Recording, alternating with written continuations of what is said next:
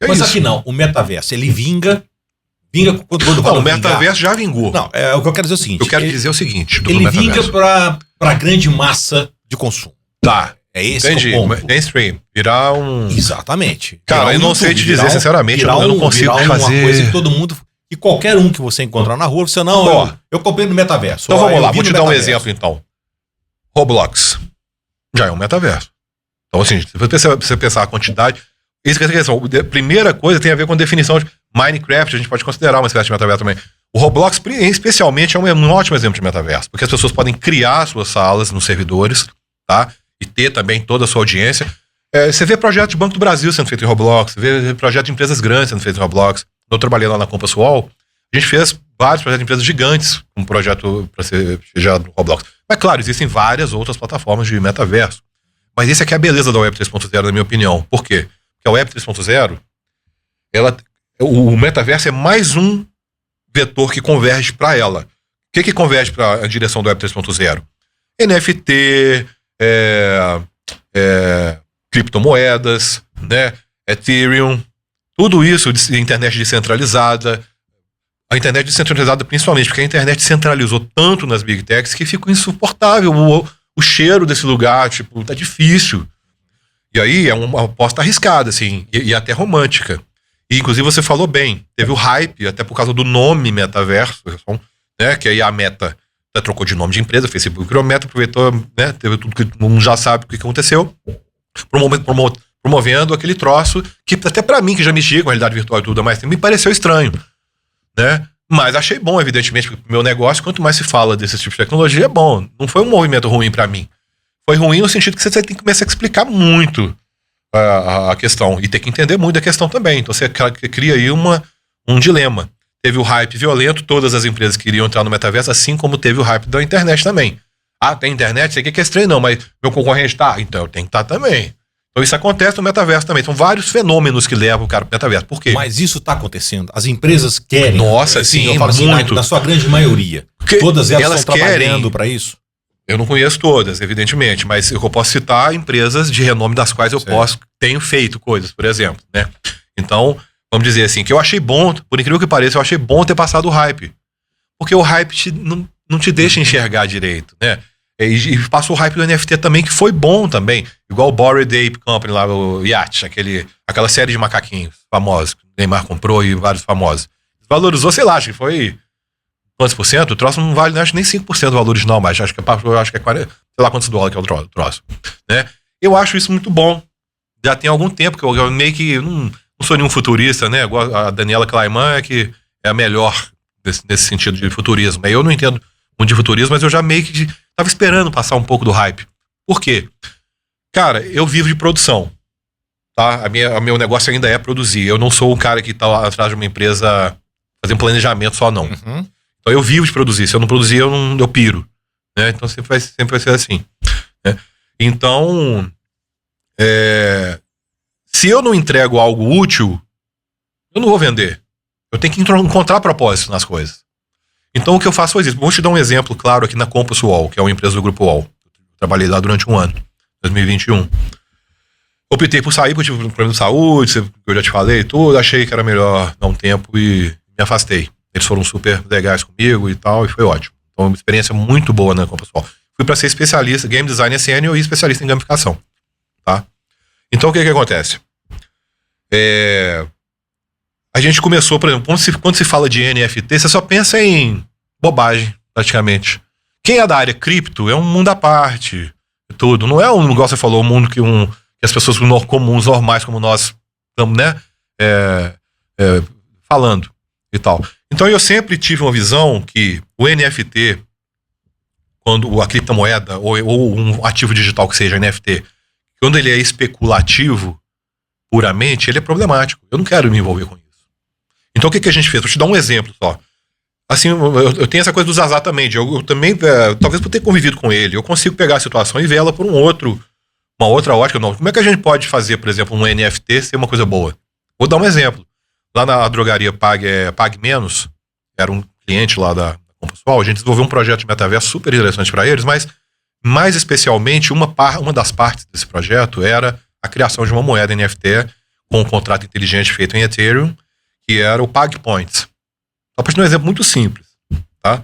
O PagPoint é um ativo digital que você conquista por gamificação. Aí entra um papo da gamificação, que aí eu consigo separar digamos assim, as atividades que precisam ser evitadas e as atividades que precisam ser estimuladas e etc. Eu faço um plano de gamificação.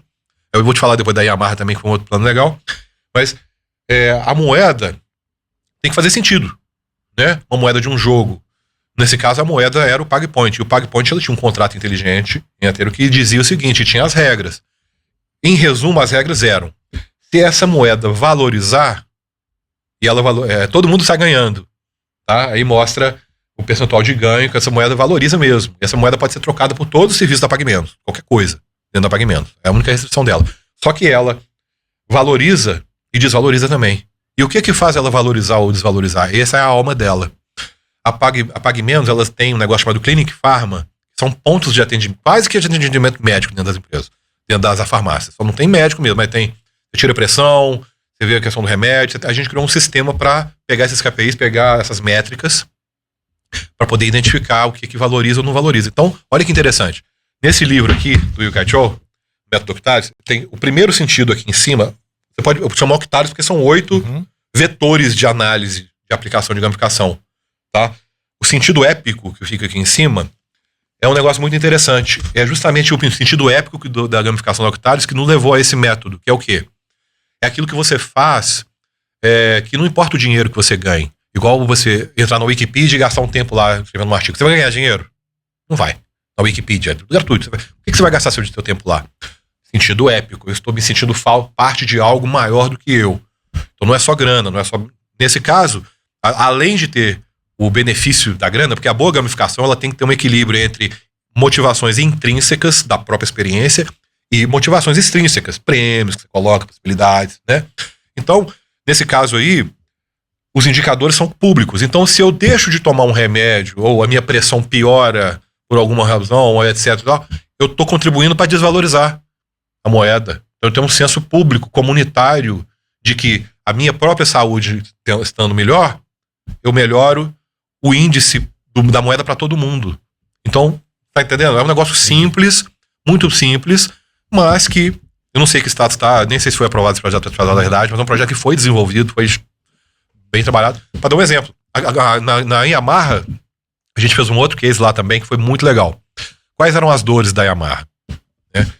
A Yamaha tinha a dor principal dela.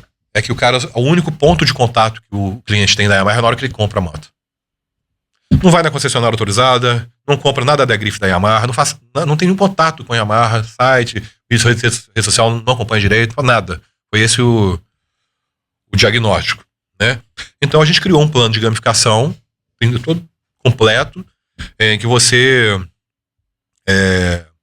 resolve, teoricamente, essas dores, tá? E ele envolve várias coisas. Um plano de gamificação é um plano que às vezes envolve um planejamento de vários itens. E no caso da Yamaha, tentando ser bem sucinto, ele era composto por 3 partes principais, tá? A primeira parte é aquela dashboard mesmo que a gente tem de gamificação, onde você já entra, vê seu ponto, se tá perto de quê ou longe de quê, babá. Meio estilo mercado pontos mesmo, essas coisas, né? Mas já começava com uma diferença aí.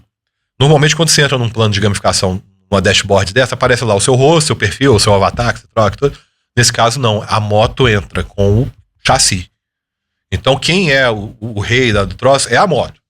Você põe um apelido, você põe na Trovão Azul, é a sua moto, tem um monte de diferença. Mas o importante dessa dashboard, além de ter essa abordagem diferentinha, você vai entender que ela é séria depois mais pra frente, porque quem é dono do chassi é dono de todos os ativos digitais dela.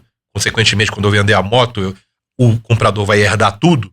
Isso vai valorizar minha moto na hora da venda, comparado com o que não tem. Mas eu vou chegar lá. Então eu pego, né, esse cara, coloco na dashboard pra quê? Pra que ele tenha lá geral. O bom jogo, uma característica de um jogo. São 4 características que formam um jogo. Uma delas é feedback visual. Então ali eu tenho que dar pro cara a percepção rápida de onde que eu tô. Igual o mineiro fala, né? Onde que eu tô, onde que eu vou.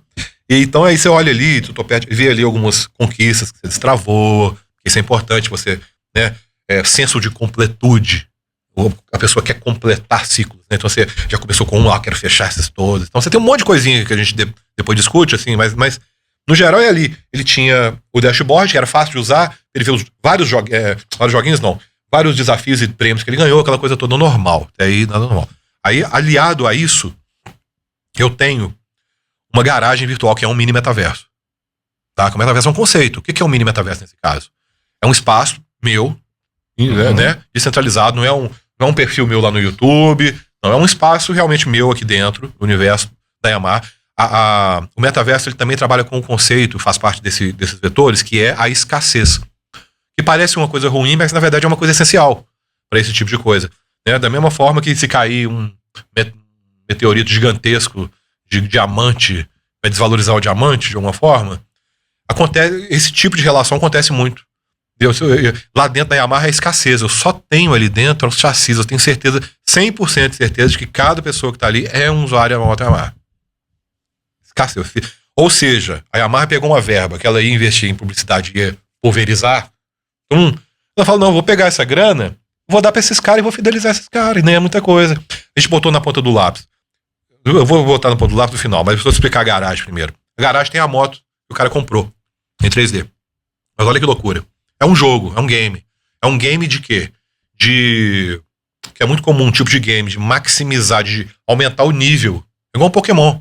Você aumenta no nível do seu Pokémon, você quer desenvolver, igual um RPG que você desenvolve, você quer desenvolver um personagem até o máximo nível. Lá você tem 5 níveis. Você tem um nível máximo, em 3 categorias.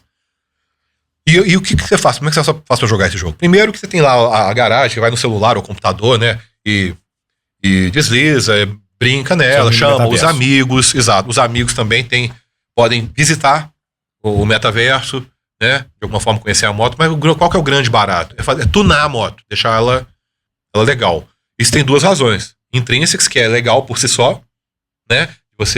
E extrínseca, porque à medida em que você ganha esses ativos digitais, vamos dizer assim, na forma de um NFT,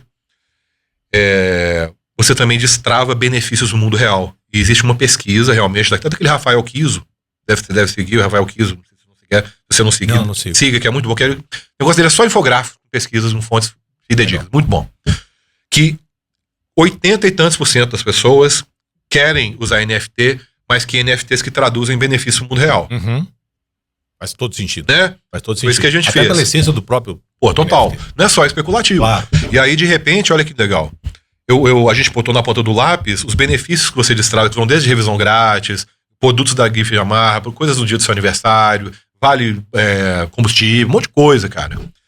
Dava tipo R$1.500 se o cara completasse o nível todo, equivalia a mais ou menos R$1.500 de ganho real pro cara. Tá? Isso envolve o quê? Desconto de peça, serviço... Isso tudo. Agora olha a mecânica funcionando, que aí ficou muito abstrato ainda a jogada do cara. Eu tenho que fazer pontos suficientes para eu comprar peças. Só que as peças que eu compro não são peças que existem de verdade. São coisas viajadas. Tipo modo Ghost. Uma das delas mais avançadas, modo Ghost. Sua moto fica fantasma. Tem um moto carburador a urânio. Então a gente bolou um monte de coisa maluca justamente pro cara falar que loucura que vai ser agora. Aquela salsichinha na frente, a cenourinha na frente do cavalo. O tempo inteiro provocando o cara, porque ele não sabe o que vai virar a moto dele. É uma fantasia pura. Eu também devo precisar. Vai lá, dá um quarto. Yamaha, né? Que você... Isso, eu vou fechando a gamificação da Yamaha, como é que ela funcionava. Então, eu tô tunando a minha moto com tudo quanto é equipamento maluco. Então entra criatividade, storytelling, a moto passa a ficar muito mais maluca, né? Daria pra se desdobrar em um monte de coisas, depois pegar e fazer um jogo com essa moto e tudo. Só que aí o que acontecia? Como é que o cara ganhava esses pontos? Na terceira parte. Ali de 2 partes. O dashboard, onde ele centraliza tudo.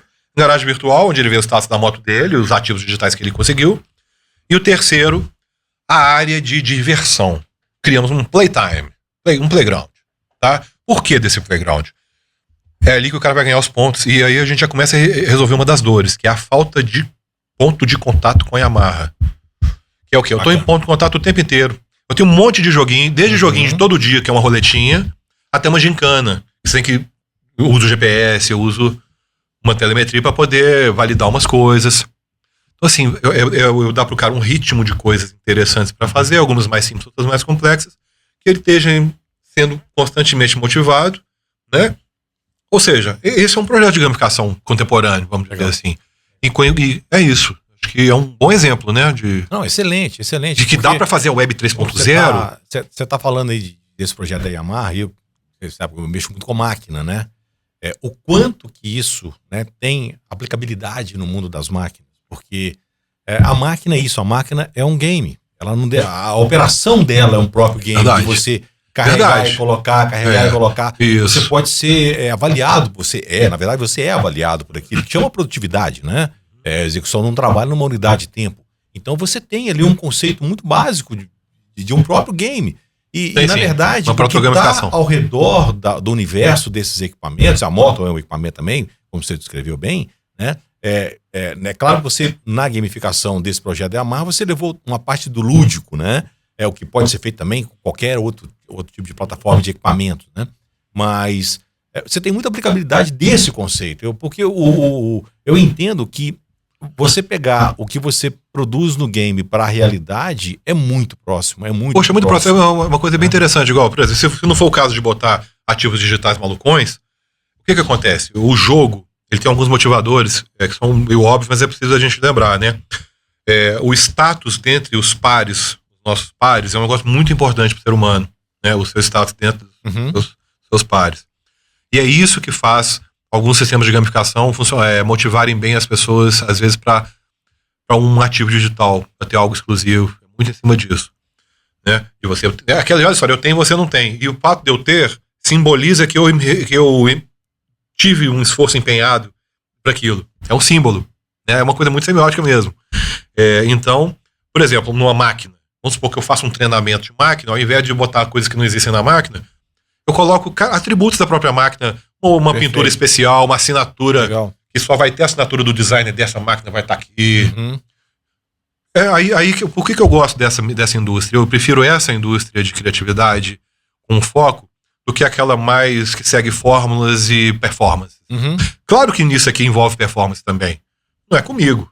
Eu já criei a lógica toda. Aí entra um especialista para poder uma coisa que eu acho tocar o dia a dia, porque uma coisa é o projeto em si e outra coisa é a gestão disso. Mas uma coisa que eu acho muito interessante na gamificação, né, principalmente nesse projeto que você acabou de passar, é que independente da criação que você tem, existe ali o vínculo com o mundo físico, com o mundo